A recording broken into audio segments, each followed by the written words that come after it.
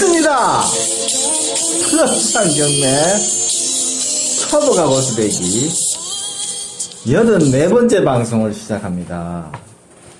오늘 패널 분들이 3분이나 참석하셨어요. 차례로 인사해 주시죠. 안녕하세요, 이태섭입니다.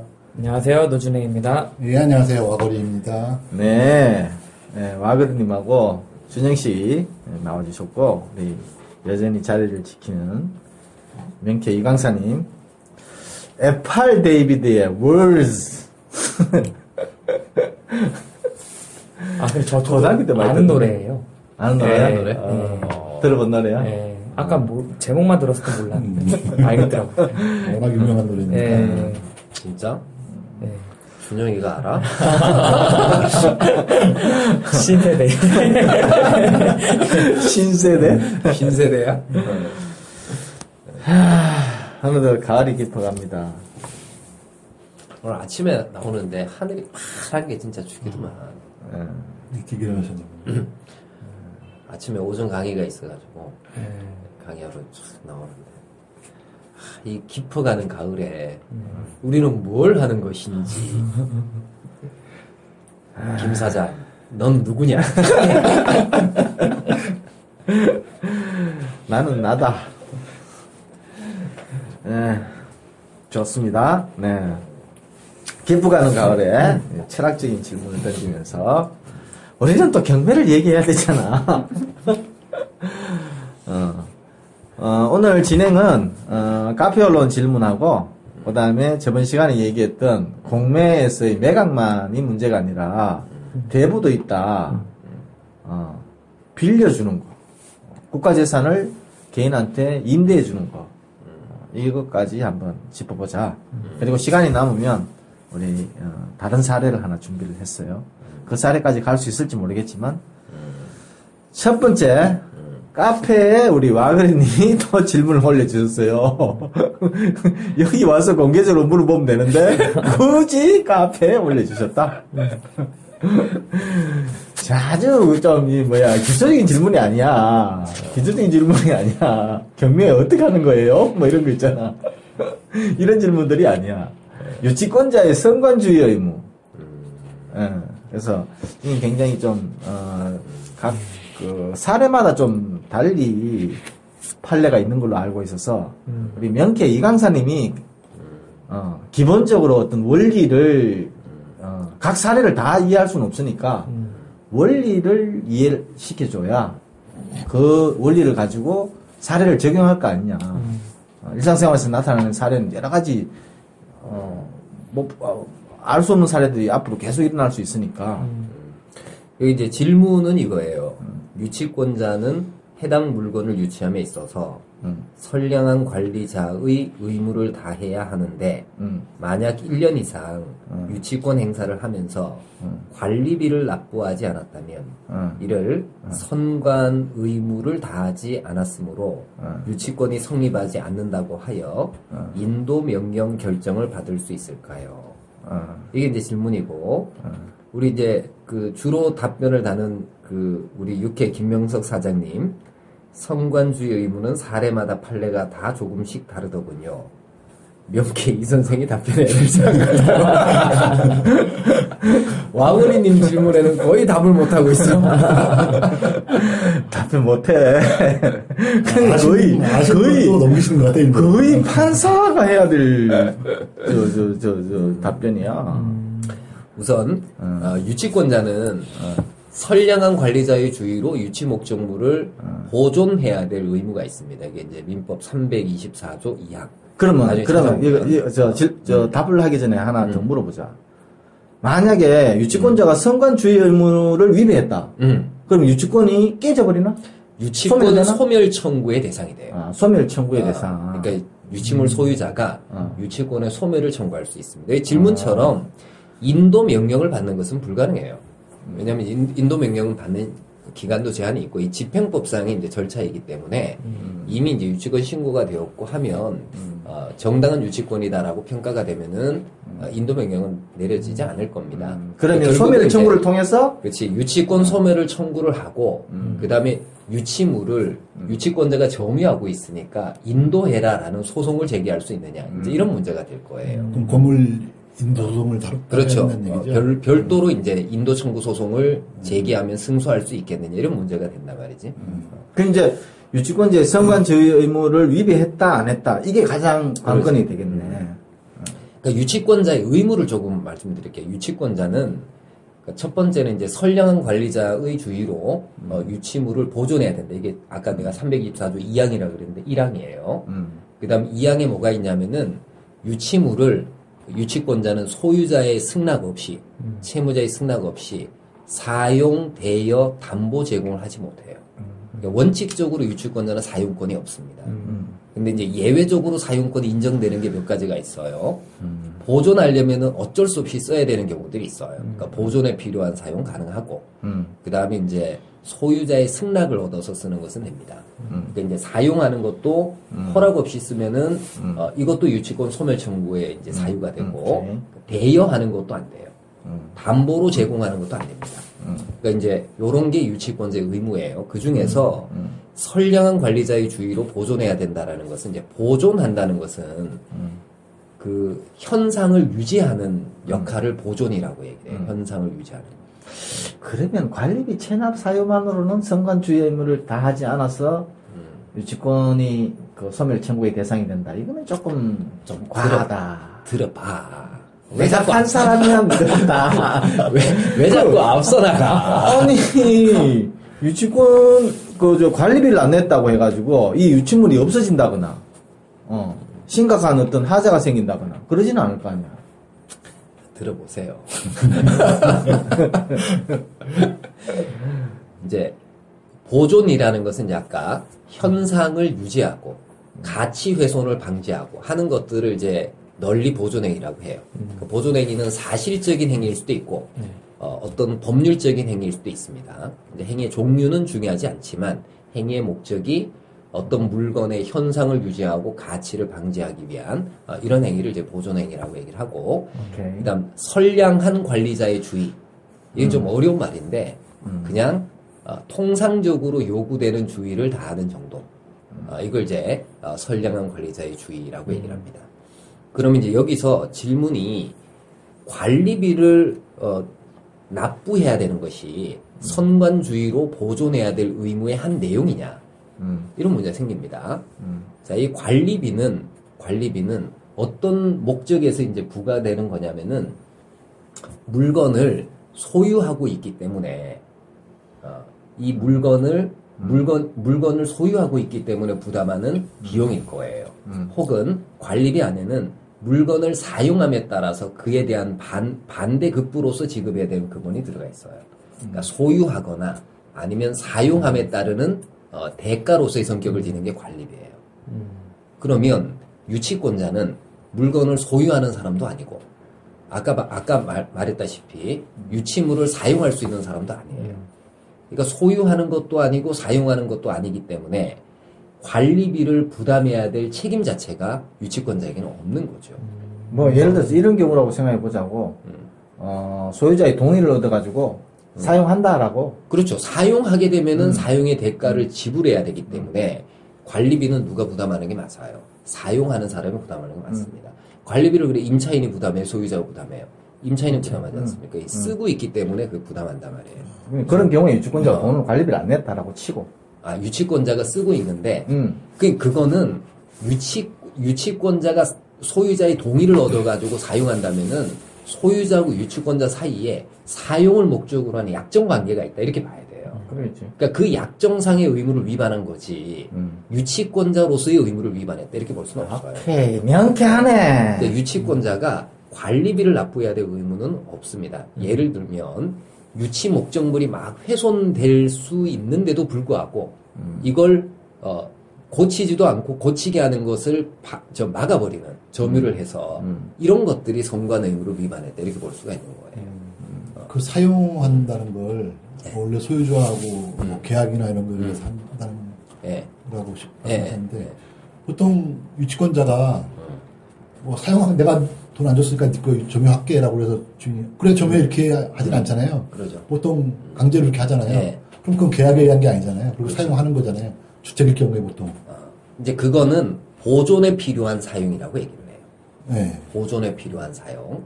그러니까 보존에 필요한 사용을 하게 되면은 역시 이제 관리비를 부담해야 되는 의무가 있죠. 그죠? 근데 그거는 그냥 개인적인 채무일 뿐이에요. 그러니까 유치권자의 의무로서 부담하는 게 아니라 사용에 따른 대가로서 부담할 의무다. 이렇게 보는 것이 맞을 거예요. 성관의무의 객체는 아니다. 성관의무 대상은 아니다. 이렇게 봐야 되는 거예요. 그러니까 유치물을 보존하기 위해 가지고 사용을 하면서 자기가 내야 될 관리비를 납부하지 않았다. 이런 경우가 유치권자가 보존 의무를 위반했다. 이렇게 보기는 어려울 거예요.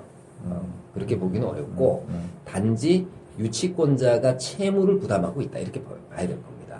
물론 이제 관리비는 누구에게 부과가 될 거냐면은 소유자에게 부과가 될 거예요. 근데 실제로 쓴 것은 유치권자가 썼기 때문에 소유자가 유치권자에 대해서 관리비 상당액의 채권을 가지고 있을 것이고 그 채권하고 유치권의 피담보 채권이 이제 상계 처리가 되지 않을까라는 생각이 듭니다. 그게 합리적이겠네. 그리고 이제 사용을 하게 되면은 사용에 따르는 이득도 소유자에게 줘야 돼요. 사용이익도. 그럼 이제 그 사용이익도 그 유치권자의 채권하고 다 이렇게 같이 처리가 되겠죠. 상계 처리가 될 거예요. 그런 식으로 이제 처리가 되지, 유치권 소멸 청구의 대상이 되지는 않습니다. 자, 그렇게. 한 개가 더 있었는데. 네. 농지증 관련해서. 답변해 주셨는데, 네. 그, 질문. 해당 토지가, 예를 들어서 뭐, 세멘트 바닥 경부리가 돼 있고, 그 위에 항구 같은 어떤 건축물까지 돼 있다.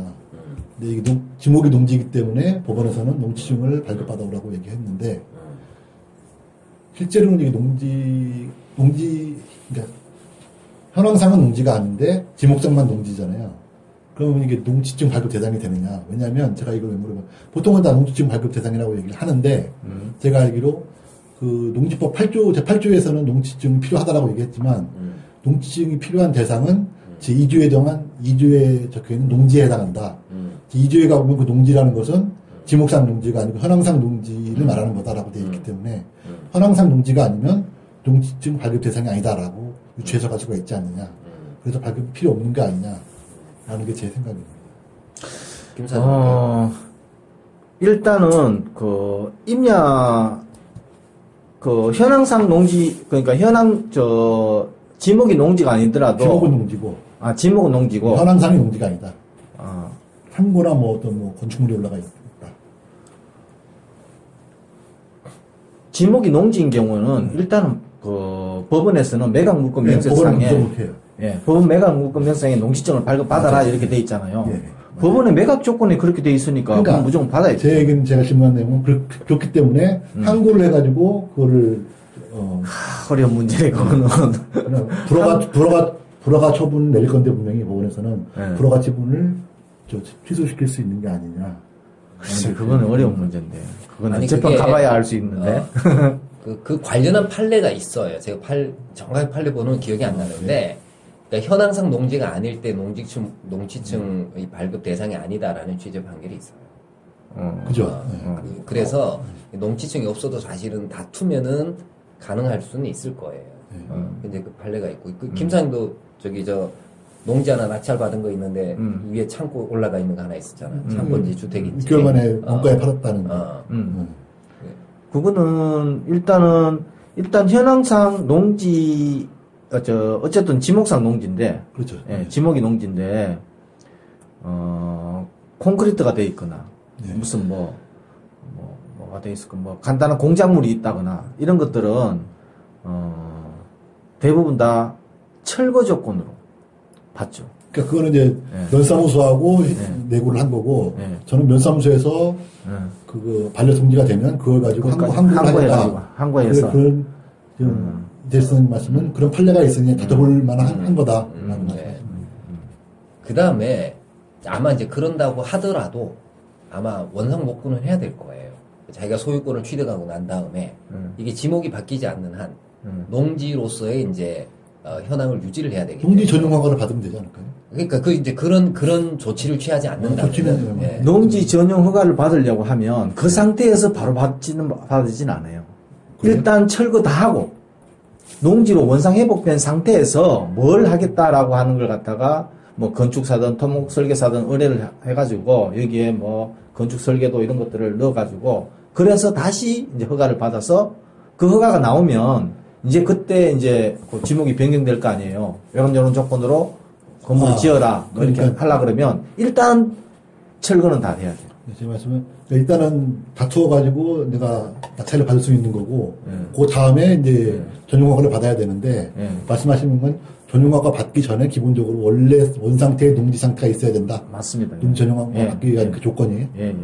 제가 그거는 실무에서 물어보니까 일단은 원상 회복이 돼야 된대요. 예. 원상 회복이 안 되면 허가 자체를 안 해줘요. 걔네들이. 그게 만약에 그게 어떤 게 이제 또 상당히 이제 난해한 문제가 되느냐면은 거기에 무허가로 건물이 있으면 또 아주 난해한 문제예요. 그리고 경매상 채무자의 무허가 건물이 올라가 있으면은 또 이 또 관습상 법정 이상권이 생긴단 말이죠. 그렇죠. 그 사실은 그걸 철거 조건으로 낙찰을 농지증을 받았다고 하더라도 이 건물이 내 소유가 아니기 때문에 그 철거를 내가 이행할 수 있는 그 어떤 권한이 없어요. 이게 사전에 내 건물이 아니니까. 사전에 그 건물주랑 협의가 된 다음에 뭐 낙찰을 받아야 되겠네. 동치증 문제는 그렇게 해결한다 치더라도 사전에 그 협의가 안 되죠, 그게. 왜냐하면 이제 건물주가 아니 그 반대 급부를 제시를 해야죠. 건물주나 내가 낙찰 받으면 뭐 니한테 건물을 어떻게 하겠다. 네, 뭐 얼마를 주겠다든가 뭐. 글쎄 뭐 그게 협의가 가능할지. 근데 이제 모르겠다. 경매상 채무자잖아요. 그 사람은. 경매 지금 들어가가지고 난리도 아닌데. 채무자일 수도 있고 다른 사람일 수도 있고. 다른 사람이면은 아예 관상 법정인 사건이 안 되니까. 그렇죠. 그 문제는 없는데 이게 이제 경매상 채무자일 때 그러면은 이제 협의가 사실은 쉽지는 않을 거예요. 만약에 그게 법정지상권이 만나기만 하면 협의는 쉬운 거 아니에요? 자기는 단돈 얼마라도 급한 사람 아닐까요? 법정지상권이 성립한다 그러면 하는 경우하고 안 하는 경우가 있을 수 있잖아요. 건물 철거 조건은 농지증을 받긴 받았어. 건물 법정지상권이 성립할 경우에는 그 건물에 대한 보상을 그러니까 그건 골치 아픈 거죠. 예. 그리고 그 뭐 사전 협의가 안 되면. 예, 그건 뭐 그냥 가는 거예요. 그러고 저 철거 약속도 철거 각서에 대한 그 약속도 지킬 수가 없는 거죠. 그러니까 사전 협의를 해야 된다는 얘기인데 사전 협의가 될 거냐 안 될 거냐에 있어서 그 동상 채무자의 경우 제가 보기에는 이게 법원에서 낙찰 받는 금액이 자기하고도 모르게 그냥 다 없어지는 돈인데 나는 그거와 상관없이 따로 돈을 너한테 현금으로 주겠다 하고 보면 그 사람은 되게 좋아할 것 같은데 경매상 채무자는. 현실에서는 대부분 이렇죠. 농지 위에 건물이 지어졌다는 얘기는 그 농지가 대지로 전용이 안 됐다는 얘기는 그 건물이 무허가라는 얘기예요. 그러면 그 건물을 철거를 시킨다든지 원상회복을 하려고 그러면 관청에다가 이 무허가 건물 철거하라라고 하는 압박을 넣는 게 문제지 법정지상권 다툼을 하고 뭐 아니, 압박을 넣는다는 것은 이 건물 소유주가 철거를 안 해주기 때문에 내가 법을 그 관청을 통해서 하는 거고 건물 주인이 자기가 철거 뭐 해주겠다거나 내가 그렇죠. 철거하는데 오케이 한다면 상관없는 그렇죠. 협의가 된다면요 문제될 건 그러니까 없죠. 그 협의를 한다는 얘기죠. 협의가 안 될 경우가 지금 최악의 경우를 두고 안 될 되면 경우는 이제 기가 근데 막히죠. 이제 이게 협의라는 것도 이렇게 유리한 지위에 서 있어야지 협의가 수월하잖아요.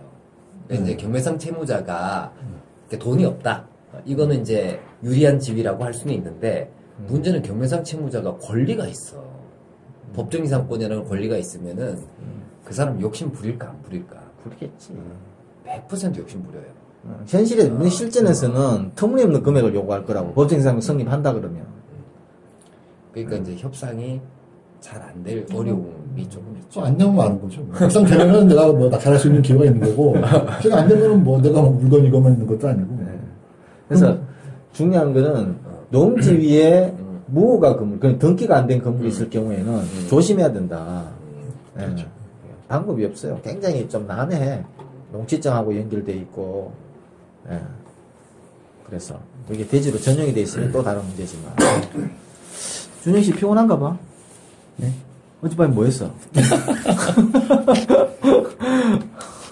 톨토십을 먹을 나이인데? 편집장이 뭔가 좀 무리를 했는 것 같아. 아무래도. 지금 우리 노 사장님께서는 근황이 어때? 아니 그거 지금 어떻게 되고 있어? 마음이 너무 지금 번잡스럽고 심란해가지고 왜요? 집중이 지금 잘 안 되는 것 같아. 맞죠? 아니요, 뭐. 그거 어떻게 됐어? 네. 부실채권. NPA요? 그냥 지금 진행은 되고 있는데, 뭐. 아직까지 성과는 없고. 예. 여러 가지 어려운 난관에 그 계약을 네. 했다고 그랬나? 그거 대출 예. 받. 그 대출 때문에. 예.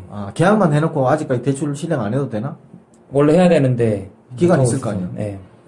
그래서 좀. 그러면 기간 넘겨버리면 계약금 날리나? 원래는 날려요. 닌 게 맞죠. 근데 저쪽에서 아직까지 봐주고 있고. 네네. P2P로 가능하지 않을까? 그것도 가능하긴 한데, 이제 수수료랑 금리가 너무 비싸니까. 예, 수익이. 하겠다는 사람은 예. 있는데, 예. P2P로 돈을 대겠다는 사람이 있는데, P2P는 뭐 최하가 12%, 13% 이상 돼야 될 거예요. 이것저것 다 떼주고, 뭐, 당나고 예. 기 빼쁘고, 뭐, 남는 게 없고, 예. 당나귀가 아니고, 예. 그때 당나귀 귀 빼고 조 빼고 나면 조가 뭐예요? 당나귀의 상징! 당나귀의 상징, 귀하고 거시기. 그거 빼고 나면 없어. 김남주 씨? 김남주는 뭐, 그런 속성 가지고 시를 짓고 그래. 김남주 살아있나, 근데? 죽으죠. 김남주가 법정에서 저거 했다잖아. 사형 선고 떨어졌을 때 마지막 최후 변론을 하라니까 씨발 좆됐다 이랬다. 진짜요? 머리에서 그런 일화가 있는데 최후 변론을 하니까 씨발 좆됐다. 김남준 사형이 아니고 남민전 사건으로 이제 구속이 돼가지고 징역 15년인가 받았어요. 검찰이 선고를 사형을 안 받았었나? 구형을 사용할 수 있죠. 근데 실제로 검찰 구형은 사용이.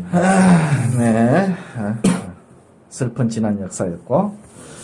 자, 우리 지난 시간에 하기로 했던 얘기가 있었잖아요. 공매에서의 매각만이 아니라 대부도 있다. 빌려주는 거. 저도 뭐 가끔씩 가끔씩 이렇게 검색을 해보긴 해봐요. 주로 나오는 것들이 주차장 같은 것들이잖아요. 네, 주차장도 있고요. 주차장은 조금 수익률이 좋은 편이고 편하기 때문에 인기가 되게 높아요. 그래도 잠깐 말씀드린 것 같은데 요즘 주차장은 사람 딱 한 명만 있으면 노상 주차장이면 사람 많이 필요한데 건물 주차장 같은 경우에는 아니면 어떤 지하 주차장 무인화 기계 그렇죠. 다 돼 있어요. 사람 한 명 그 사람이 나와 있을 필요도 없고 사무실에 그냥 앉아 있다가 뭐 문제 생기거나 아니면 월 전기권 끊을 때 그것만 끊어주면 되는 거고. 그래서 그 사람들 보통 노인 어르신분들을 많이 고용하시더라고요. 임금도 그렇게 비싸지 않고 또 서울은 거의 항상 만차로 거의 유지를 해요. 서울 주택가 내부도 그렇고 그 사무실 오피스 지역도 그렇고 오피스 지역은 낮에 거의 풀이고 주택가 내부는 낮에도 풀이고 밤에도 풀이에요. 여기는 주차장이 그렇기 때문에 주택 사는 사람들보다 어쨌든 근데 그래서 경쟁률이 되게 세요. 주차장 한번 낙찰 받아봤어요? 아니요. 신청만 3번 해봤는데 다 떨어졌어요. 그게 대부료가 연간이잖아요, 그죠? 예, 연간이.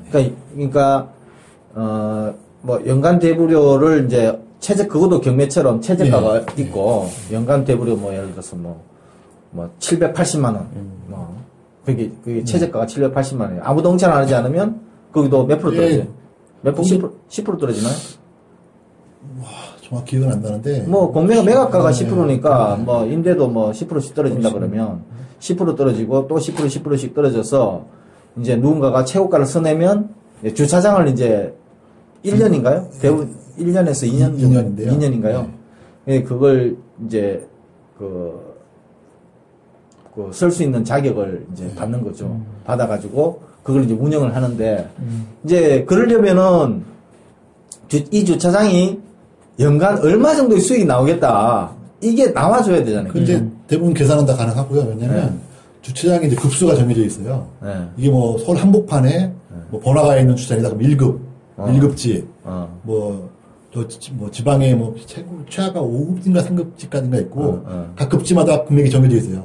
공영 주차장은 이게 뭐 10분에 300원이다, 뭐 500원이다 이렇게 정해져 있고 뭐 하루 풀로 하면 맥스 8,000원이다, 한 달에 뭐 5만 원이다 이렇게 정해져 있어요. 그럼 공용 주차장 같은 경우에는 금액이 아예 정해져 있겠네요. 예, 한도 금액이 예, 예. 이 금액 이상을 받을 수는 없게 되겠. 딱 그 금액만 받아야 돼요. 아 내릴 수도 없고 올릴 수도 네, 없고. 정해져 있어요. 도시 지방자치 의회에서 정해져 있어요. 그렇구나. 금액은 정해져 있으니까 이게 과연 몇 프로나 이 주차장이 꽉 차 있을 거냐. 그거만 따지면 돼요.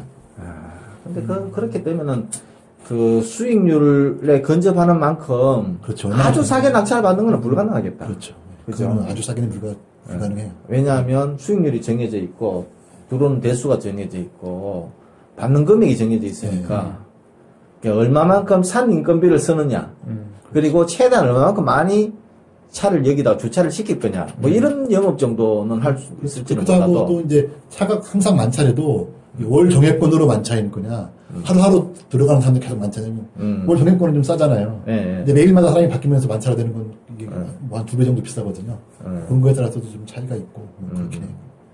그러면 서울 같은 경우에는 뭐 1급지 같은 경우에 어느 정도 최저가가 어느 정도 정해지는가요? 그게 지금 입찰했는 거는 최저가가 어느 정도였어요? 그때 얼마였더라? 100단이죠. 연간 뭐 100단이 아니죠. 1000단이에요. 1000단이에요? 2천, 3천 했던 것 같은데 제가 9천인가 뭐 그 정도 입찰을 했는데 1억 넘게 낙찰이 됐어요. 1년 그거 쓰는 게 1억 넘게. 거기 제가 가봤는데 거의 낮에 가봤는데 거의 만차 되고 있더라고요. 그 대부료는 그러면은 선불로 내요? 1년 선불로 내는 거잖아. 그때 거기가 어떻게 했더라? 대부료는 보통은 선불인데 그것도 1,000만 원 그 국가재산은 또 국가재산 그 법이 있어요. 대부 국외재산 기본법. 예. 아니 대부 하여튼 법이 있는데 1,000만 원 이상을 경우에는 1년에 6회에 걸려서 분할 납부할 수가 있고 다만 분할 납부하는 사람은 그 금액의 50%를 미리 내거나 아니면은 그 보증보험 이행 보증보험 가입해가지고 그 증서를 제출하거나 그러고 원래는 한 번 납부지만 나눠서 낼 수 있어요. 그거는 경락자금 대출이 조금 불가능하겠다. 담보가 좀 거시기에 있어. 그건 안 돼요. 그런 것도 이제 그런 게 있고요. 그거 말고도 뭐 대부분 요즘에 또 군부대의 이용 시설을 다 대부로 공매로 많이 돌리고 있어요. 그전에는 뭐 식당이라든가 간부 식당이라든가 아니면 부모님들 오시면 면회소 식당 이런 것들을 다 부대에서 직접 자체적으로 운영을 했어요. 그래서 병사들 그냥 쓰고 뭐 자기들 이렇게 하면 되니까 그랬는데 지금 이제 그것도 뭐 뒷말이 많아서 그런지 자꾸 부대 위에서 뭐 육본이라든가 뭐 이런 본부에서 자꾸 공매로 돌려서 민간인이 운영하게 해라라고 자꾸 이제 위에서 그렇게 공문이 내려온대요. 그렇게 군부대 시설이 많이 요즘에는 공매로 나오고 있어요. 이 방송을 들으시는 분들은 온비드라고 하는 사이트를 검색에 들어가셔서 물건 검색, 뭐 종합 검색이 있어요. 그쪽에서 매각에 놓지 말고 대부 또는 임대가 있을 거예요. 그냥 이제 임대로 대부로 하면은 이제 보통 부동산에 대한 임대 대부가 있고요. 그렇죠. 또 물건 임대라고 그래서 또 물건도 임대가 있고요. 이렇게 이제 부동산이냐 동산이냐를 좀 구분하셔야 돼요. 그래서 물론 이제 동산 매각도 있고 그렇지만 그러니까 부동산에 대한 임대를 검색하면은 쭉 전국적으로 나와요. 그리고 그 물건에 대한 상세 금액들이 나오고 그리고 최저 매각가들이 나와요. 그래서 이걸 온라인으로 직접 그 공인인증서 넣어가지고 일단 회원가입이 먼저겠죠. 회원가입은 공인인증서가 필요 없는데 하고 나서 낙찰을 받거나 아니면 거기 안에 따른 어떤 문서, 뭐 매각물건 명세서라든가 이런 거를 볼 때는 공인인증서를 통해서 이걸 해야 돼요. 아니다, 물건 볼 때는 그냥 회원가입만 하면 되고 입찰할 때 필요한 거죠. 입찰할 때. 어떤 물건이 있어요? 또 대부 주차장 말고? 그 직접 낙찰받은 게 그런 게 다 있어요. 심지어는 내가 뭐 지하철역 같은 데 가면은 ATM기 있잖아요. ATM기도 다 공매로 나오고요. 근데 보통 그런 것들은 개인이 하기보다는 어떤 법인이라든가 은행권에서 직접 낙찰을 받는 게 많고요. 저도 한번 천안역에 나와서 한번 받으려고 했는데 알아보니까 한두 대 가지고는 오히려 손해예요. 좀 많은 개수를 해야 되고 그것도 엄청 비싸요.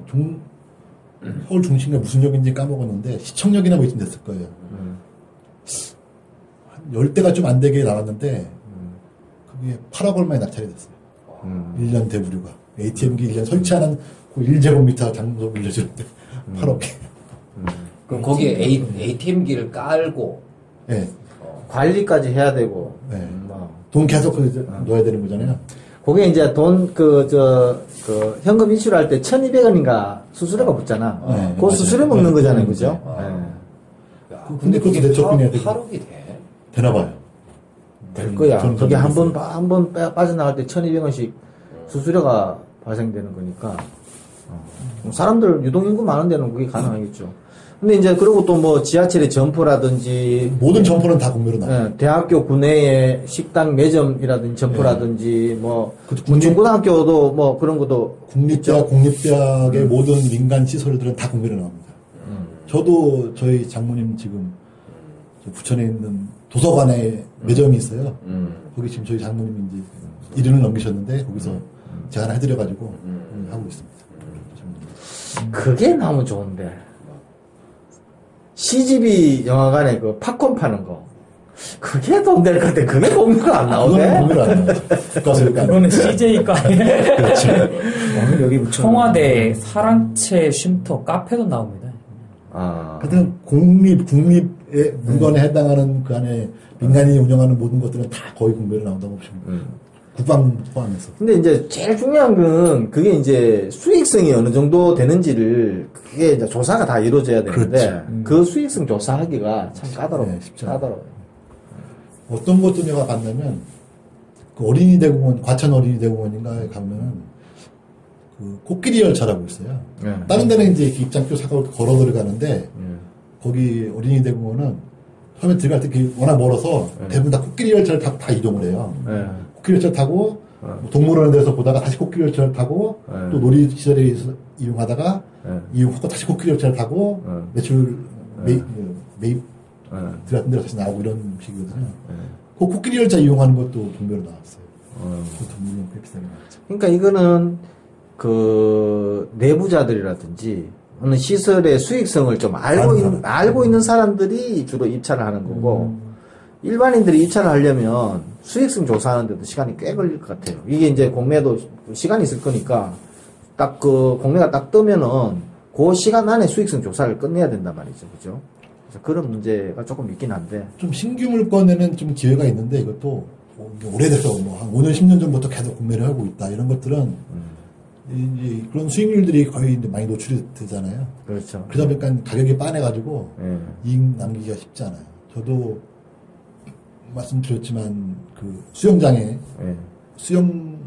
수영장도 어떤 수영장은 뭐 시흥에 있는 수영장은 수영장 자체 운영하고 그 매점 운영까지 다 공매로 나오는 경우가 있고요. 저 같은 경우는 이제 수영장은 그 시에서 운영을 하고 저는 이제 그 안에 식당하고 매점 2개가 있는데 그거 3가지만 운영을 하는데 아직 낙찰 받으셨어요? 네. 그래서 얼마에 받으셨는지 얘기 좀 해줄 수 있나요? 뭐 3,000 좀 넘게 3,100 정도에 받았는데 최저가는 얼마였어요? 2,000 얼마였어요. 오, 많이 써였네? 감정가는 얼마였는데? 그게 최저가 2천만 그렇죠. 원이 예. 감정가이면서 최저가인데 첫 해에 들어갔네 그러면. 공매에 웬만한 것들은 다 유찰이 없어요. 첫 해에 다 끝나요. 대부 공매. 지금 얘기하는 건 대부 공매예요. 임대 공매. 근데 저는 왜 그 금액을 설정했냐면 제가 그 미리 전화를 해봤어요. 그래서 전년도 가격이 얼마냐 그랬더니 그 정도라 3,100 정도 이렇게 말씀하시더라고요. 그래서 저도 이제 3,100 정도에 들어갔는데. 그래서 중요한 거는 수익인데. 네, 여름에 적자 봤어요. 수영장이 여름에 적자 보면 안 되잖아. 그게 여름에는 수영장이고 겨울에는 눈썰 매장으로 이용을 하는데 겨울에 일단 제가 처음이다 보니까는 시설 투자비가 좀 많이 들어갔고요. 기존에 있는 시설 그대로 이용하는데 또 제가 이제 따로 투자하는 것들도 많이 있을 거잖아요. 또 전에 하던 사람이 가져간 것도 있고.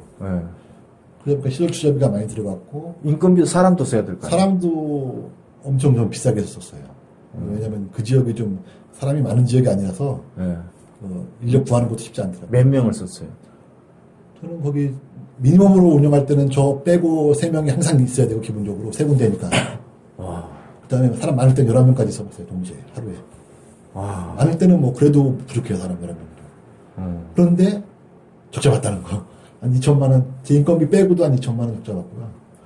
인건비 포함하면은 뭐, 2,500, 3,000 적자 본 거죠. 근데 이제 수영장이라는 게 전혀 몰랐었는데,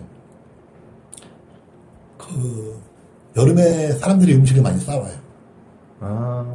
그래서, 오히려 사람은 여름에가 더 많은데, 겨울보다. 네. 여름에는 음식을 많이 싸우는데, 원래는 이제. 로비를 해야지. 못 가지고 들어오면. 음식 반입 금지! 이거 해야지. 돼 있어요. 돼 있는데, 막지를 못해요. 이게 또, 개인이 운영하는 게 아니고, 국가 거의 이제 공식, 지방 단체에서 운영하는 거기 때문에, 이 민원만 생각하면 또 난리가 나거든요. 옛만 진짜 엄청나게 크게 막 싸우지 않으면, 막지 못하는 거예요. 그리고 뭐 사람도 다 가방 검사할 수도 없는 거잖아요. 그렇죠. 그러다 보니까 여름에 대부분 다 군것질거리 아니면 식사는 다 많이 싸우더라고요. 어머니들도 다 준비해오죠. 네. 그래서 좀 적자다. 겨울에는 인원이 적거든요. 여름보다는. 그럼에도 오히려 수익은 겨울에 나온다. 그럼 이번 겨울에 여름에 적자 받던 거 좀 메꿔야 되는데. 네. 내년에는 좀 나아지겠죠. 왜냐면 이제 기본 투자비가 이번에 들어가면 이제 내년에는 안 들어가니까. 2년이잖아요. 2년 약정이 한 번 더 2년 연장할 수 있어요? 내년에 보고 연장할지 말지는 결정을 해야죠. 그런 것도 있고, 또 제가 한 것 중에 또 하나가 자판기가 있어요. 제 좀 PR 좀 섞어서. 사업 PR. 네. 지하철에 기계들이 많이 있잖아요. 아까 뭐 ATM도 말씀드렸었고. 저는 이제 꽃 자판기를 하고 있는데. 꽃? 네. 꽃도 자판기로 나와요? 네. 꽃이 이제 비누꽃이라고 그래가지고 인조로 만드는 꽃도 있고요. 모양은 이쁜데 가격은 오히려 더 싸요. 그 다음에 생화도 자판기로 나와요. 원래는 생화가 일주일 지나면 이제 시들어져서 못 쓰는데, 보존하라고, 다른 말로 천일화? 뭐 이렇게도 얘기하는데, 프리저브드 플라워라고. 오래가는 약품 처리를 해가지고, 이게 한 2년, 천일화니까 3년. 건조한 데서는 뭐 5년까지도 가요. 그런 곳이 있거든요. 그게 우리나라에서 전 세계에서 3번째로 이렇게 독일, 일본, 그 다음에 한국이 그거 성공을 했어요. 성공한 지는 것도 꽤 됐어요. 한 4, 5년 된 걸로 알고 있는데.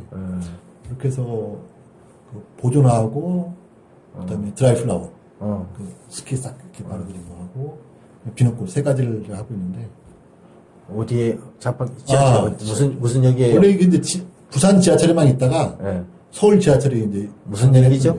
저는 이제 압구정역, 신사역, 그다음에 한양대역, 어린이대공원역, 안암역 고려돼 있는데 5개 역을 하고 있어요. 젊은 사람들 데이트 많이 하는 데로 골라야지. 홍대. 아니 제가 정하는 게 아니고 교통공사에서 아이템 거기 교통공사에도 보면은 사업개발팀 그런 팀이 있어요. 그래서 어떻게 하면 주어진 면적 안에서 돈을 많이 뺄 수 있는 사업 꼬리를 만드느냐. 그걸 계속 연구를 하거든요. 하여튼 거기서 종류하고 장소까지도 다 정해놔요. 그거는 좀 수익을 보고 있어요? 그것도 안 적자 보고 있어요. 하하. 그럼 너무 높게 입찰을 썼다는 얘기인가? 그렇죠. 제가 이제 그거 알아볼 때 인터넷을 구글링을 좀 했는데, 기존에 이제, 지하철은 제가 처음이니까 그런 기사는 없었고, 보통 꽃자판기가 하루에 4개에서 플러스 마이너스 한두 개 이렇게 되는 건 나간다 한데, 그럼 이제 저는 그거에 이제 50% 마진을 보고, 15,500원인데 수입이다. 그리고 기계값 6, 700만원, 7, 800만원 이렇게 생각해서 했더니 괜찮다겠더라고요. 그래서 금액을 쓰고 들어갔는데, 실제로는 하루에 1개 정도밖에 안 팔리더라고요. 한두 개. 이 방송을 듣는 청취자분들은 한양대, 또 어디죠? 한양대, 압구정 신사, 어린이대공원역, 안암역. 여기 지하철역에 가서 꽃자판기를 많이 애용해 주세요. 하루에 하나밖에 안 팔린답니다. 데이트를 많이 이쪽으로 데이트를 가세요. 정해서. 근데 아직은 몇 개월 안 돼서 이제 사람들이 거기 자판기 있는 걸 많이 알게 되면 다 그게 대학가역이에요. 신사하고 압구정 빼면. 그래서 많이 알면 좀 나아지지 않을까. 사는 사람은 누가 사는 거죠? 주로 남자가 데이트하기 전에.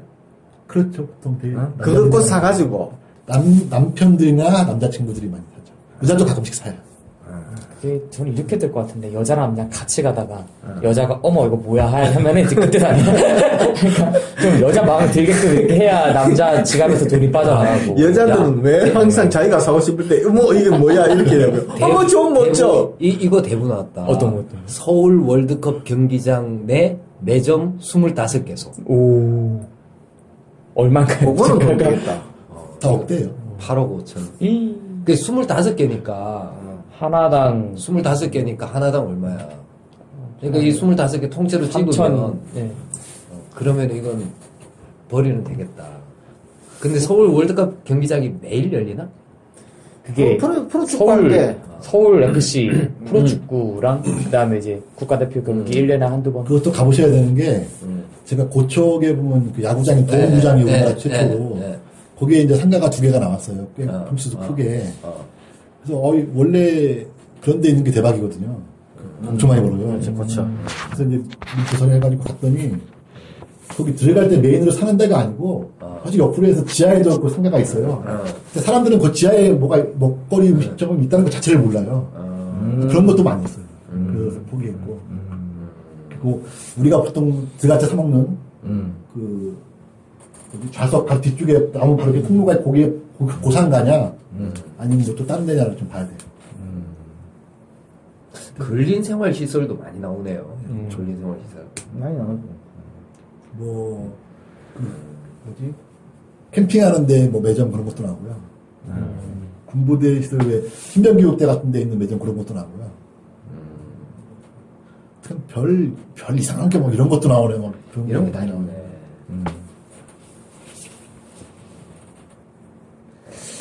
자, 이런 물건들, 온비를 통해서 검색해 보시면 자기가 또 잘 아는 분야하고 또 겹쳐질 수도 있잖아요. 그죠?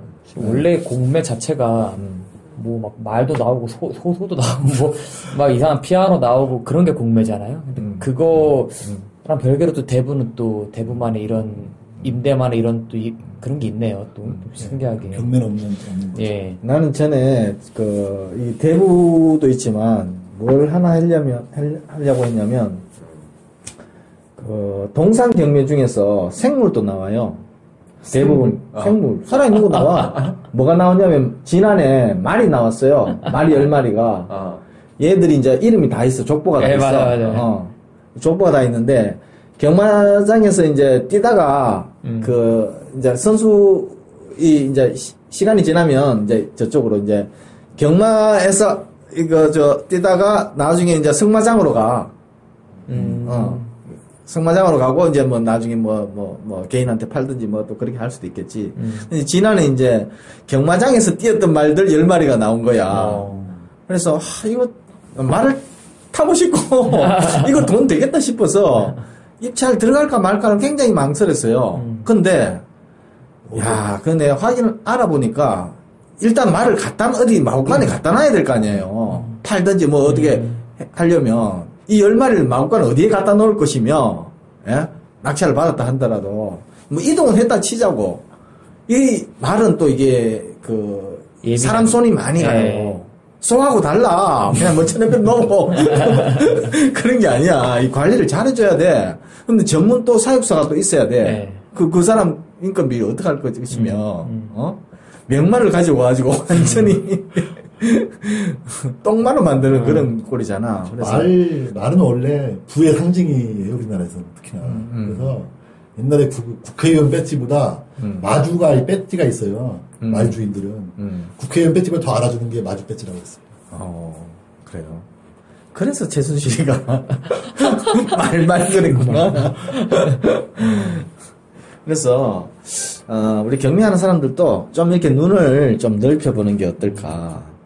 제가 아는 사람은 이 동산 경매하는 사람이 이제 동산 경매만 해요.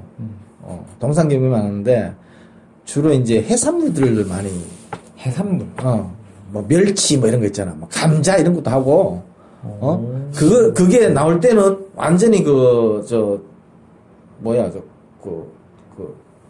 컨테이너 박스 통째로 나와요. 유통기한 이런 것도 있지 않나요? 아니, 물론 있지. 유통기한 지나는 건 이제 엄청 싸게 떨어지겠죠. 이제 그걸 이제 냉동 창고에 보관해가지고 주로 냉동 창고에 있는 것도 있어요. 경매라는 게 법원 경매 말씀하시는 거예요? 아니면 일반 경매, 시장에서 하는 경매를 말씀하시는 거예요? 법원 경매. 법원 경매. 법원의 동상 경매. 그럼 그 시간이 꽤 걸려서 유통기한에 진짜 문제 있지 않나? 근데 이제 그런 것들은 멸치 같은 것들은 냉동 창고에 보관되어 있단 말이죠. 냉동. 예, 예. 창고에 보관되어 있는 걸 전체로 통째로 갖고 가가지고 이걸 이제 루트를 알아야지. 공부를 또 많이 해야 돼요. 이 도매업자들한테 빨리빨리 넘겨야 될 거 아니에요. 그렇죠. 예. 그런 식으로 판다든지. 근데 동상 경매도 제가 보기에는 이제 경매보다 공매가 좀 더 낫다고 보는 게, 공매도 동상 경매 있죠. 예, 예, 맞아요. 경매에서는 이렇게 자동차나 이런 거 빼놓고는 다 통째로 매각을 해요. 또 가게라든가 어떤 집에서 나오는 물건들은 그렇죠, 하나씩 그렇죠. 살 수가 없고 다 예, 통째로 맞아요. 매각을 해야 되는데 공매에서는 그렇지 않아요. 한 품목이 개별로 품목이 지정되죠. 하고요. 예. 또 종류가 되게 다양해요. 예. 요번에 작년에 이제 평창 동계올림픽 했잖아요. 예. 평창 동계올림픽 물건을 이제 지금 거의 끝났어요, 이제. 각 계열적으로 다 이쪽 공매를 통해서 매각을 했고요. 그 다음에 그 경찰에서 하다 보니까 압류되는 것들이 있잖아요. 뭐 사기, 아니면 밀수, 그렇죠. 이런 것들 다 공매를 통해서 매각을 되고요. 세관에서 이렇게 했던 것들도 세관 공매로서도 나가고 또 이쪽 공매로서도 나가고. 세관 공매는 또 따로 있는 거고. 예. 세관 공매는 또 이제 따로 우리 그 경매하시는 분 중에서 세관 공매만 얘기하시는 분이 있죠. 예. 그것도 뭐 괜찮아요. 저도 할까 하다가 못했는데 어쨌든 물건들이 되게 다양하게 많고 그 종류도 보면 어떤 이제 기업체에서 구매가 들어오면 그 회원권 같은 거 있잖아요. 아니면 유가증권, 유가증권도 꽤 많이 나오는데 저는 그 유가증권 채권을 보는 눈이 없어가지고 어떤 회사 채권이면 나왔는데 그 회사가 어떤 회사인지 모르니까. 그렇죠. 그래서 이제 저는 못 사는데 하여튼 뭐 수천만 원에서 수억 원대까지 그런 것도 나오고 또 이거 회원권도 있고. 대부분 내 얼핏 드는 의문이 그러니까 판매 시설 내지는 뭐 이런 거를 배부를 했어. 여기 상가 건물 임대차 보호법 적용 안 되나? 그게 안 되는 것 같아요. 걔는 법이 따로 있어요. 아까 이제 법 이름은 정확히 기억 안 나는데, 걔들 이렇게 임대 조건 그 문서가 있거든요. 그러면 국가 뭐 이런 법에 따라서 이렇게 한다라고 하는데 그게 상가 임대차가 그 법이 아니었어요. 그 다퉈볼 여지가 좀 있지 않을까? 상가 임대차 보호법도 특별법 아니야. 그렇지. 특별법하고 특별법끼리 부딪히면 누가 이겨? 왜 그러냐면 상가주택 임대차 보호법에서는 재갱신 요구권이 5년 동안 지금 바뀌어서 10년이지만 그게 있잖아요. 얘들은 그게 없어요. 어떤 데서는 2년에 한 번에 끝나는 게 있고 어떤 데서는 5년 내에서 또 재계약할 수도 있고 그래요. 한 번에 안에서. 상가 건물 임대차 보호법 같으면 무조건 5년이어야 되는데 그렇지 않잖아요. 그래서 나는 똑같이 상가인데 상가 임대차 보호법보다 더 불리한 거예요. 그러겠죠. 법이 따로 있더라고요. 그리고 일단 보증금 자체가 없잖아요. 그럼 보증금도 보증금 있어요. 예를 들어서 뭐 지하철역에 무슨 예, 있어요. 그 보증금 있나요? 예. 연간 대부로만 내면 되는 거 아니고? 대부로도 있고 보증금도 있어요. 그래요? 보증금도 세부나 돼 있어요. 그러니까 보증금도 어떤 데는 조금 있는 데도 있고, 어떤 데는 꽤 많은 데도 있고, 뭐 그렇긴 하는데 어떤 데는 계약 금액의 50%가 보증금으로 미리 내야 된다, 뭐 이런 데도 있고. 다 틀려요. 정해진 게 없어요, 그거는. 야, 보증금을 갖고 있겠다는 얘기는 그거네. 뭐 예를 들어서 뭐 시설물이 파괴됐다든지, 제대로 나중에 원상복구를 안 해놓는다든지. 뭐 그런 쪽으로. 그러면 거기 온비드에 나와 있는 입찰가 그거는 뭘 뜻하는 건가요? 그냥 1년치. 네, 1년치. 1년치 임대료. 1년치 임대료고, 2년 계약 기간인데, 금액은 1년치 임대료고, 2년차 임대료는 또 정해야 돼요. 근데 정해놓은 것도 법에 나와 있어요. 그러니까, 금년에 내가 낙찰받은 그 금액 곱하기, 금년 물가 상승률? 아니, 물가 상승률이 아니고, 금년 그 평가료. 뭐라 그러죠? 감정료 대비, 내년에 감정을 또 해요. 그 비율. 그 비율만큼 현재 금액에서 올라가요. 물론 감정평가가 떨어지면 더 내려가겠죠. 세종시 같은 경우는 엄청 올라갔어요. 제가 지난번에 세종시에서도 카페 음식점 그런 게 하나 나와가지고 갔었는데 거기 너무 많이 뜬 거예요. 이 사람도 뭐라 그러더라고. 근데 어쩔 수가 없는 게 땅값이 올라가가지고 계속 올라간다는 거야. 감정평가료가. 아니 그러면 1년치 이 최저가에 입찰을 해가지고 낙찰을 받아서 운영을 하고 2년이 보장이 되어 있는데 다음 1년에는 돈을 어마어마하게 더 내야 감정 효과가 어마어마하게 올라갔습니다. 그 계약 해지는 못하고 무조건 2년은 강제로 해지할 수는 있어요. 할 수 있는 거예요. 근데 이제 보증금에서 어떻게 가는지는 또 그 어떤 조건이냐에 따라 틀려요. 보증금은 거기 나와 있나요? 네, 나와 있어요. 공고에. 예, 공고에 나와 있어요. 보통 몇 프로 정도 생각하면 되죠? 근데 워낙 다양해가지고 어떤 데는 뭐 정액제로 해서 뭐 얼마 이렇게 금액이 정해져 있는 게 있고 어떤 데에서는 뭐 낙찰료에 몇 프로 뭐 이렇게 정해져 있는 데도 있고 또 아예 없는 데도 있긴 있어요. 그 대신에 그런 데는 보증금이 없는 대신에 1년치를 한 번에 선납해야 되고 이런 게 있고. 그러니까 그쪽에서는 어차피 1년치 선납료하고 이렇게 일종의 거기서 말하는 건 대부료라고 그러죠. 1년치 선납 대부료. 그다음에 보증금을 같이 받는다는 얘기잖아요. 그러면 우리는 일반 뭐 임대차에서는 통상적으로 이 보증금이라는 건 월세를 못 낼 때를 대비해 가지고 보증금을 받는 거잖아. 근데 얘들은 월세를 이미 1년치를 다 받았어. 그런데도 이 보증금을 받는다는 얘기는 다른 의도가 있다는 얘기지. 뭐 아까 얘기했던 뭐 시설물 관리를 제대로 안 한다든지. 뭐 전기세를 이런 거 다 따로 내야 되는 거잖아요. 전기세, 수도세를 안 낸다거나 아니면 뭘 위반했을 때 뭐 벌금을 안 낸다거나 얘들이 벌금을 자기들한테 오니까 내주면서 거기서 깐다거나. 그러니까 국가는 손에 한 푼도 안 보겠다 이거잖아. 그렇죠. 한 푼도 손에 안 보게 할 테니까 좀 거시기 하긴 하다. 좀 그 공공기관인데도 약간 공무원스럽다 뭐 그런 것도 있는 게 제가 아까 자판기 얘기할 때 자판기면 이렇게 지나가다가 벽 옆에 자판기가 서 있어서 보고서 사는 거잖아요. 다른 데는 그렇게 돼 있는데 제가 5군데라고 그랬잖아요. 안압력은 거의 없는 거나 마찬가지예요. 왜냐면 이렇게 거기 쑥 들어가 있어요 안에. 그 지나가 이렇게 가다 보면 하나도 안 보여요. 일부러 알고 찾아가면 보일 수 있게 돼 있어요. 그래서 내가 전화를 해서 바꿔달라. 안 된대. 그 나와 있고 이렇게 계약이 돼 있기 때문에 절대 못 바꿔준다고. 아니 공무원 스타일이에요. 그러겠죠. 그래서 그게 이제 국가에서 운영하는 거니까. 그것 때문에도 원리 원칙대로 하는 거지. 그게 뭐 커지고 있어. 융통성이 있겠어요, 그게. 지재산도 아니고 뭐 지는 뭐 그냥 담당 공무원이니까 그게 수익이 나든 말든 지하고 뭔 상관이 있겠어요. 아니 나는 위치를 요 앞에 빈 공간에 있는 걸 확인했으니까 여기 좀 옮겨달라. 그러니까 그냥 무조건 그냥 그런 거 없어요. 그러니까. 자, 임대 국유재산 대부 얘기를 하고 있습니다. 그림도 지금 한참 하고 있는데 그림 같은 경우도 많이 나오고요. 그림. 공매로. 네. 매각. 네, 매각. 그건 또 그림 보는 눈이 있어야 되잖아. 그렇죠. 일단은 그 전문 감정원에 해가지고 감정가가 나오긴 나오는데 제일 동산 중에서는 제일 바로바로 나가는 게 아무래도 금이에요. 금도 꽤 자주 나오거든요. 금, 시계 이런 것들도 나오는데. 그건 근데 가격이 너무 빤할 것 같아요. 네. 낙찰 가격이. 너무 빤해서, 그래서 그런 것 같아요. 좀 비싸게 나오는 경우도 가끔 있는데, 보통은 좀 싸게 나와요. 우리는 보통, 금 도매 시장 여러 군데가 있는데, 거기서 가면 바로 볼 수 있잖아요. 뭐, 매일매일 바뀌어요. 오늘은 얼마고, 보통은 현재 45,000원 정도 하고 있는데, 한돈에. 거기서 조금만, 한 41,000원? 뭐, 39,000원? 이렇게 나오면 뭐, 바로 130% 이렇게 바로 팔려버리더라고요. 그래서 저도 몇 번을 보다가, 야, 그러면 안 되겠다. 너무 시대가 빠르니까, 그거보다 조금만 낮으면 바로바로 내용이 되더라고요. 얘기하고 있는 중간에, 도시가스 금침 나왔다고. 문을 열어달라 그러는데, 저 도시가스 금침원은, 한 달에 한 번 나와요. 근데, 어제 봤는데 오늘 또 누르는 것 같아. 한 달이 금방이야. 내가 내야 될 건 그래요. 받을 거는 받을 거야. 아니, 돈 내는 거는 뭐, 전기 썼으니까, 가스 썼으니까 돈 내는 건 돈 내는데, 어제 오늘 오고, 좀 있으면 며칠 뒤에 또 오는 것 같아. 근데 자기는 한 달 뒤에 왔대. 한 달마다 오는데. 자, 공매 얘기하고 있는데요. 이 선생은 지금 이 시간에 대부로, 주차장 대부 한번 해볼래? 아니, 계속 검색하고 있어? 소월길에 보니까 남산이잖아, 용산. 소월길에 주차장이 나왔는데, 1,700 몇 제곱미터야.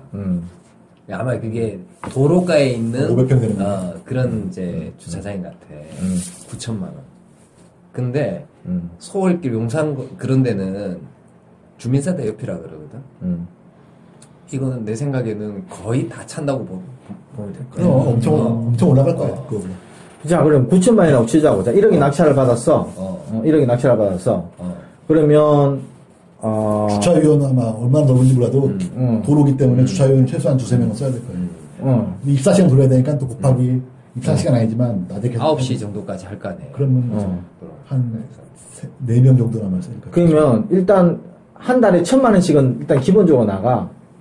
한 달에 1,000만 원. 4명 쓰면.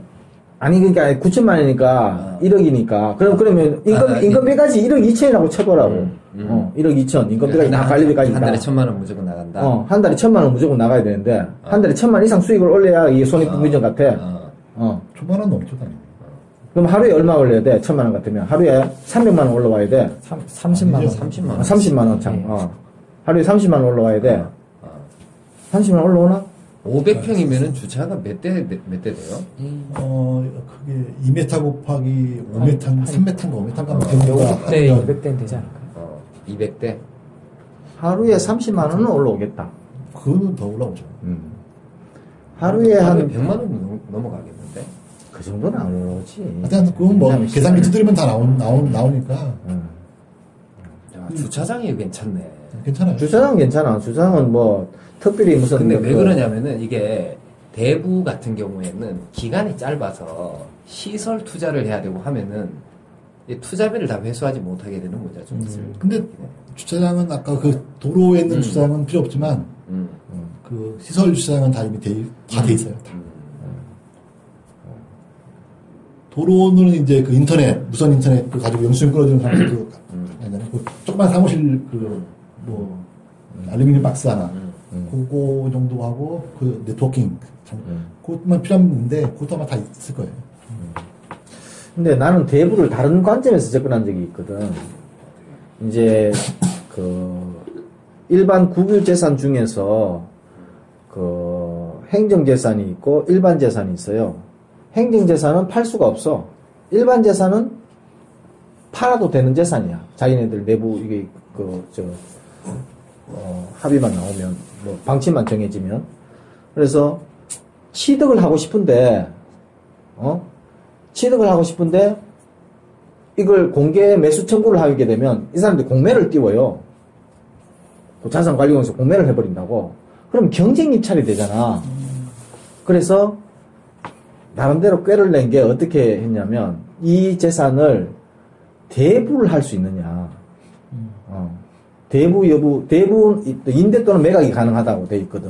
그럼 대부를 신청을 해가지고 내가 그걸 대부를 하게 되면 그 나중에 매각할 때 대부하고 있는 사람, 지금 임차에서 쓰고 있는 사람한테 우선권을 준다고. 자기네들 정한 감정가는 있겠지만 감정평가에서 감정을 해야 되겠지만 그래서 대부를 하라고 해달라고 요청을 해가지고 땅도 꽤 나오더라고요. 대부. 네, 땅도 나오죠. 꽤 나와. 근데 이제 그 대부를 할 때는 이제 어떤 용도로 쓸 건지를 갖다가 무슨 그 정확하게 그 구두로 설명이 돼야 되고 뭐 거기에 건물을 짓는다든지 이런 것들은 불가능해져 해요. 나는 그 땅 대부 받아가지고 뭐 끽해봤자 2년인데 한번 연장하면 4-5년. 네. 그거 가지고 무슨 용도로 쓸지를 전혀 나는 감이 안 잡히더라고요. 아니 그러니까 땅을 관심이 가는 아주 요지의 땅이 있어요. 이걸 사고 싶은데 그럼 매수 신청을 하게 되면 나한테만 파는 게 이해관계자가 아니기 때문에 나한테만 파는 게 아니라 그 전체 공매를 띄워가지고 팔아버린다고. 그러니까, 채국가한테. 그건 알겠는데 그러면 2년 4년 동안 그 대부를 내야 돼 이제. 받는 동안 대부를 그냥 버리는 셈 치고 한다. 그렇죠. 근데 이제 그걸 이제 용도를 뭘 써야죠. 예를 들어서 아무렇게나 뭐 갖다 붙이는 주차장이라든지 아니면은 뭐 야적장이라든지 뭐 이렇게 남한테 빌려준다든지 실제로는 내가 쓴다고 해놓고 전대를 하는 거죠. 좀 약간 걸리면 큰일 나요. 탈법이 성격이 있긴 하지만. 거기 써 있어요. 전대는 무조건 금지고요. 전대하다 걸리면 그 후로도 공매를 못 받아요. 몇 년 동안. 전대하는 사람하고 전대하는 사람하고 짜고 치는 고스톱 땅이야 뭐. 그래서 그런 방법으로 접근하는 것도 한번 고려해 볼 만하다. 그러니까 그렇게 하려면은 그래도 땅의 어떤 사용 수익 방법이 있으면은 그렇죠. 그러니까 그 조건이 다 맞아 떨어져야 돼. 뭐가 있을까? 그러니까 이 땅이 그 미래 가치로서 투자 가치가 있어야 되고, 그리고 2년이든 3년이든 4년이든 그 대부 기간 동안 그 대부료를 납부하고도 될 만큼의 어떤 사용 가치 그러니까. 또는 임대를 놨을 때, 뭐, 전대는 그 법으로 금하고 있다니까, 어쨌든 모르게 전대를 놨을 때 그 수익, 그 대부료를 납부할 정도의 가치는 또 있어야 된다. 그럴 경우에는 나중에 이제 이거 이제 매각해 주세요. 매각합시다 그러면 매수 신청을 내면 나한테 최우선권이 있어요. 내가 그걸 왜 어떻게 그걸 알게 됐냐면 이제 지금 대부 중인 재산이 있어요. 이걸 내가 사고 싶다고 했더니 이거는 그 우선권이 이 사람한테 먼저 있다라고 그러더라고. 그거 매각 신청을 하게 되면 그럼 그 매수 신청 해봐야 꽝이잖아. 그래서 그런 게 그런 거 가끔 가다가 그 공매에 보면 그 아무한테나 이렇게 하는 게 아니고 그렇죠. 지정인 매각이 있어요. 그렇죠. 지정인 매각 있죠. 그게 네. 그런 건가? 그럼요. 예. 그 사람이 이해관계자예요. 그러니까 뭐 옆 지분하고 같이 엉켜 있다든지 그 토지 위에 이 사람의 사유재산이 뭐 건물이 있다든지 뭐 연접되어 있다든지 뭐 이런 이해관계자들한테 무슨 매각이에요. 여러분들이 몰랐던 꿀팁을 전해드렸습니다. 자, 오늘 방송 여기서 마치는 걸로 하고요.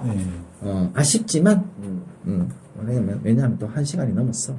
마치는 걸로 하고 우리가 기분이 좋으면 이 방송을 끊었다가 우리가 준비해왔는 얘기를 한 20분에 걸쳐가지고 다음 방송에 아예 만나는 김에 또 얘기할 수도 있고 여러분들의 홍도에 따라서 달라집니다. 좋아요를 눌러주시거나 구독하기를 눌러주시거나 반응이 좋다면 바로 이어서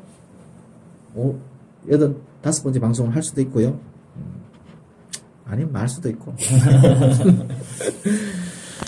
자, 84번째 방송 그 얘기를 좀 하시죠. 우리 강의 강의 얘기를 11월 4일 11월 4일 날 첫 강의를 시작합니다.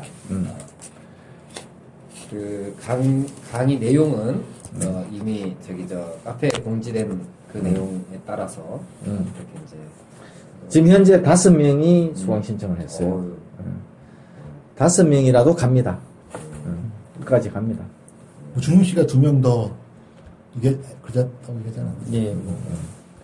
뭐 일단 5명이라도 갈 거니까 강의 중간에 수강 신청을 하더라도 상관없는데 그 사람한테는 수강료를 더 받아야 돼. 그렇죠? 감액이 아니고 감액이 아니야. 가액이야. 더 줘야 돼. 왜? 이래부터 안 들었으니까. 왜 그러냐고? 몰라. 이게 법이야.